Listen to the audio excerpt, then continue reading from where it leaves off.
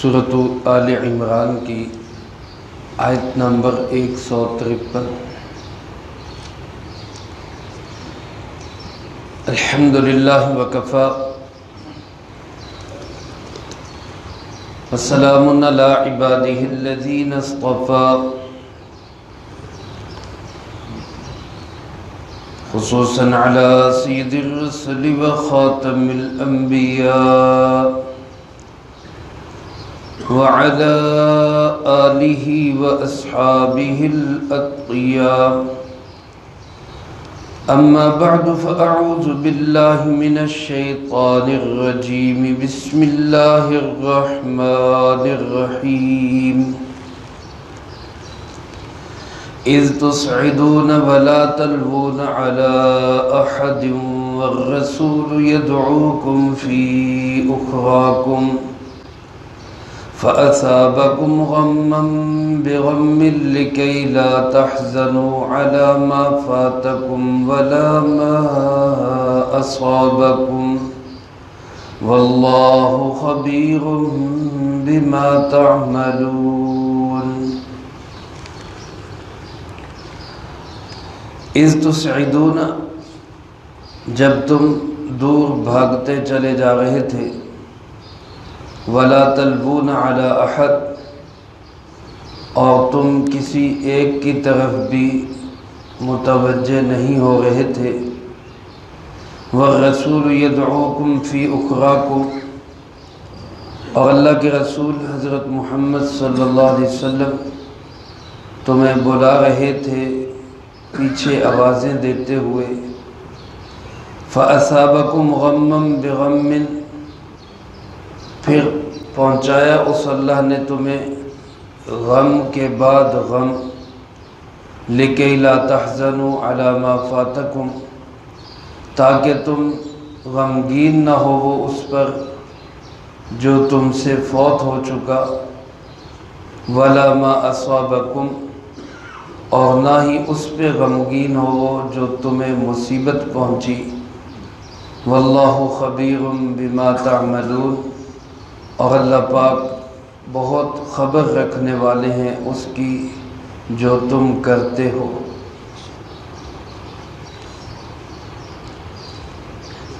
اس آیت مبارکہ کا تعلق بھی غزوہ احد کے مناظر کے ساتھ ہے، جیسا کہ آپ حضرات سماعت فرما رہے، تقریباً پچھلے 3-4 رکوع سے غزوہ احد کے مختلف واقعات کا اللہ رب العالمین یہاں تذکرہ فرما رہے ہیں، اور اسی سلسلے میں جو اہم نصیحتیں ہیں، حکم ہیں پوری امت مسلمہ کے لیے، بالخصوص حضرات صحابہ اکرام رضی اللہ تعالیٰ عنہم اجمعین کے لیے اللہ پاک نے وہ احکامات بھی ارشاد فرمائے۔ اس آیت مبارکہ میں غزوہ احد کے جس منظر نامے کو بیان کیا گیا ہے وہ اس وقت کا ہے جب غزوہ احد میں، میدان احد میں افراتفری مچ گئی، ہلہ مچ گیا، اور مسلمان دو طرف سے کافروں کے بیچ میں آ گئے۔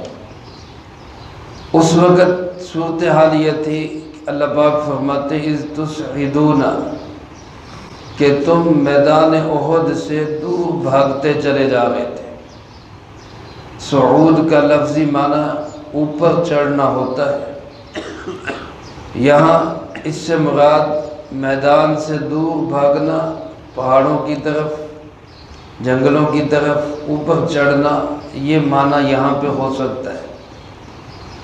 کیونکہ آپ حضرات کے علم میں ہے کہ جس وقت وہ ہلہ مچا اور افراتفری ہوئی اور ایک بھگدڑ مچی، اس میں چند ایک صحابہ اکرام رضی اللہ تعالیٰ عنہم اجمعین ہی میدان میں قائم رہ سکے، جن میں حضرت سیدنا ابوبکر صدیق، حضرت عمر فاروق رضی اللہ تعالیٰ عنہ، اور اسی طرح حضرت عمرو بن عمیر، حضرت مصعب بن عمیر رضی اللہ تعالیٰ عنہ، حضرت کعب بن مالک رضی اللہ تعالیٰ عنہ، چند ایک حضرات تھے، باقی اکثر حضرات صحابہ اکرام رضی اللہ تعالیٰ مجمعین وہ اس حلے میں میدان سے چھٹنے لگے تھے۔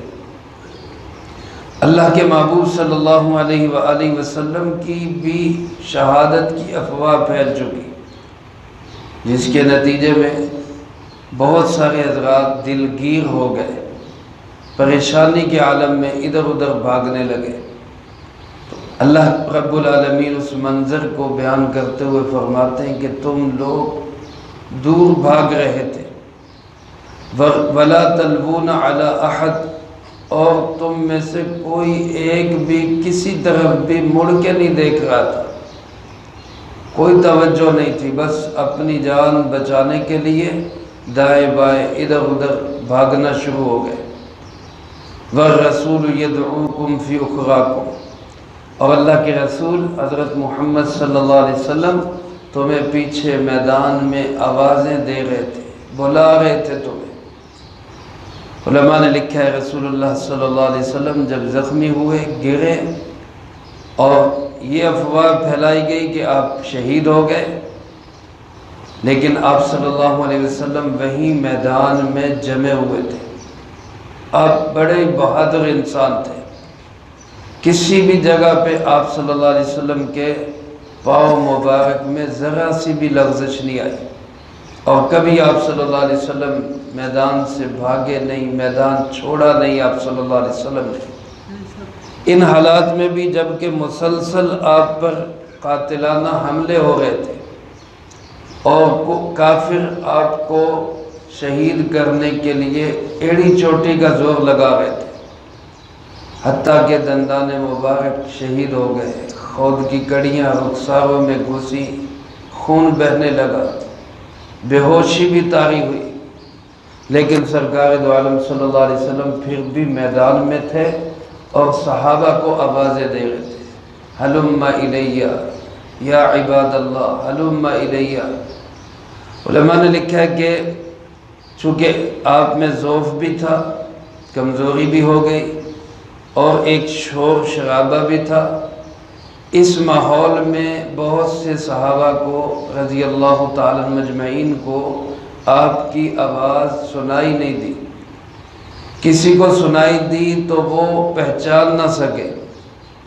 اور ذہن میں یہ خیال کیا کہ آپ کی تو شہادت کی افواہ پھیل چکی، شہید ہو چکے۔ پھر حضرت کعب ابن مالک نے قدر بلند آواز سے اور چیخ کر صحابہ کو متوجہ کیا، میں اللہ کے محبوب حضرت محمد صلی اللہ علیہ وسلم یہاں تشریف فرما ہے، آپ باقاعدہ حیات ہیں۔ تو صحابہ اکرام رضی اللہ تعالیٰ مجمعین رکے اور واپس آپ کے پاس جمع ہونا شروع ہو گئے۔ اللہ رب العالمین اسی منظر کو بیان کرتے ہوئے فرماتے ہیں فَأَصَابَكُمْ غَمًّا بِغَمٍّ، اللہ نے تمہیں ایک غم کے ساتھ دوسرا غم پہنچایا۔ اس کے دو مطلب علماء نے لکھا ہے، ایک مطلب تو یہ لکھا ہے کہ غم کے بدلے میں غم پہنچایا، کہ ایک غم تم نے نبی کریم صلی اللہ علیہ وسلم کو پہنچایا کہ ان کی آواز نہیں سنی، ان کی آواز کو پہچان نہیں سکے، ان کی آواز پہ فوراً لبیک نہیں کہا، تو اس کے بدلے میں اللہ نے تمہیں یہ غم پہنچایا کہ فتح شکست میں بدل گئی۔ وہ مال غنیمت جس کو اکٹھا کرنا چاہ رہے تھے وہ واپس کافر لے گئے، تو جیتی ہوئی جنگ کا پانسا پلٹ گیا، گویا یہ اس غم کا بدلہ تھا۔ ایک مطلب تو علماء نے یہ لکھا ہے، اور دوسرا مطلب یہ کہ غم پر غم اللہ نے پہنچایا،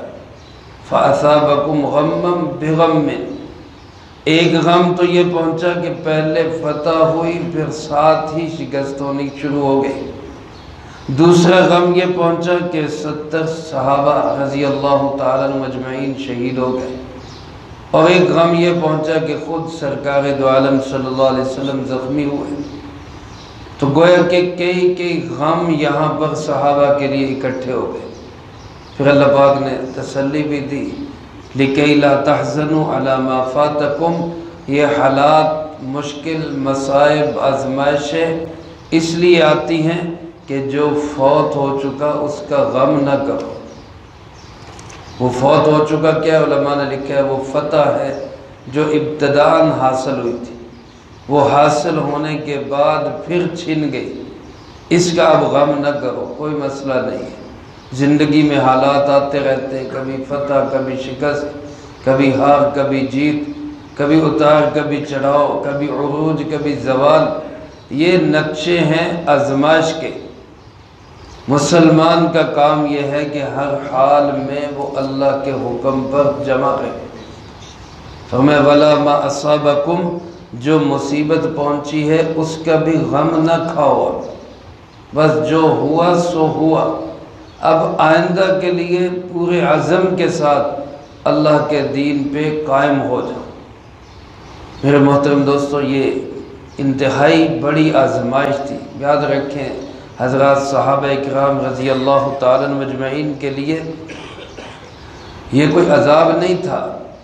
اللہ کی طرف سے کوئی ناراضگی نہیں تھی، لیکن آزمائش میں ضرور مبتلا کیے گئے، امتحان ضرور آیا۔ اور میں کل کے درس میں بھی عرض کر چکا ہوں، جس پہ امتحان آتا ہے اللہ پھر اس کو بلند مقام بھی عطا فرماتا ہے، جیسا کہ حضرات صحابہ اکرام رضی اللہ تعالیٰ مجمعین کو اللہ پاک نے بڑے اور بلند رتبے اور مقام عطا فرمائے۔ تو اللہ پاک فرماتے ہیں آزمائش اس لیے آئی کہ جو فوت ہو چکا ہے اس کا غم نہ کھاؤ۔ اب یہ بات دل کو لگا کے بیٹھ نہ جاؤ کہ جی ہمیں تو فتح نہیں ہوئی لہذا اب ہم کام ہی نہیں کریں گے، مایوس نہ ہو جاؤ، ہماری تو کسی نے سنی نہیں، ہمارے حق میں فیصلہ نہیں ہوا، ہماری اللہ نے مدد و نصرت نہیں کی، بلکہ ہمارے بڑے بڑے صحابہ شہید ہو گئے، تو لہذا اب تو اس مصیبت کے بعد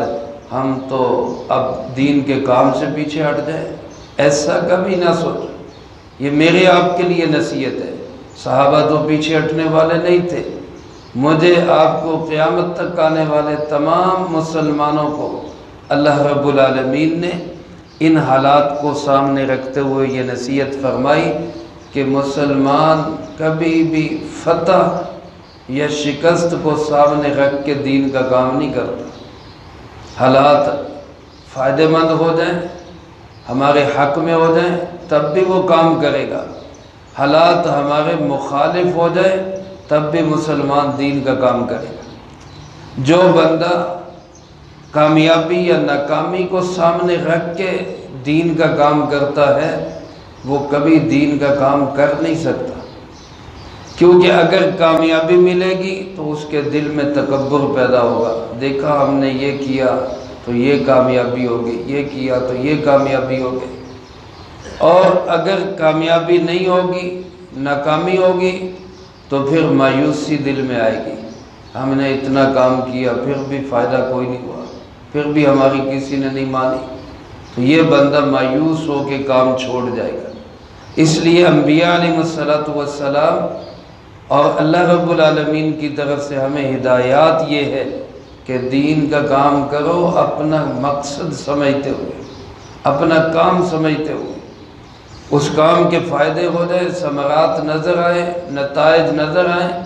تو الحمدللہ اللہ کا شکر ہے، نہ کوئی نظر آئے تو کوئی بات نہیں، ہمارا تو کام کرنا ہے، نتیجہ دیکھنا تو نہیں ہے۔ چاہے دین کی کوئی بھی محنت ہو، تبلیغ کی شکل میں ہو، جہاد کی شکل میں ہو، سیاست کی شکل میں ہو، مدارس کی شکل میں ہو، تصوف، تزکیہ اس کی شکل میں ہو، ہمارا کام یہ ہے کہ کام کو سامنے رکھ کے کام کریں، باقی نتیجہ اللہ کے ہاتھ میں، ہماری محنت ہماری ذمہ داری ہے، اس کا ثمرہ ملے، پھل ملے، کامیابی ملے، فتح ہو، شکست ہو، یہ کس کے ہاتھ میں ہے؟ اللہ کے ہاتھ میں۔ اس لیے اللہ پاک نے صحابہ اکرام رضی اللہ تعالیٰ مجمعین کو بھی اور ان کے واسطے سے ہمیں یہ ہدایت دی کہ غم پہنچے، مصیبت آ جائے، آزمائش آ جائے تو اس پہ مایوس نہیں ہونا، کام نہیں چھوڑنا، بلکہ کام میں لگے رہنا ہے۔ فرمایا واللہ خبیر بما تعملون، اللہ کو ان سارے کاموں کی خبر ہے جو تم کر رہے ہو، اللہ سے تمہارا کوئی بھی کام چھپا ہوا نہیں ہے۔ تو گویا مسلمان کام کرے اللہ کو سامنے رکھ کے، محنت پوری کرے، اپنا پورا دل دماغ صلاحیتیں کھپا دے، لگا دے، پھر اس کے بعد نتائج اللہ کے سپرد کرے، یا اللہ جو تیری مرضی ٹھیک ہے۔ اللہ مجھے آپ کو سب کو اس طرح دین کی محنت کرنے کی توفیق نصیب فرمائے، جو کہا سنا اس کو زندگی میں لا کے دوسروں تک پہنچانے کی توفیق عطا فرمائے۔ اللہم انت السلام ومنک السلام، تبارکت ربنا وتعالیت یا ذا الجلال والاکرام۔ اللہم اعنا علی ذکرک وشکرک وحسن عبادتک۔ اللہم احسن عاقبتنا فی الامور کلہا وأجرنا من خزي الدنيا وعذاب الآخرة۔ اللهم باقية كباقية الوليد، اللهم استر عوراتنا وآمن روعاتنا، اللهم إنا نجعلك في نحورهم ونعوذ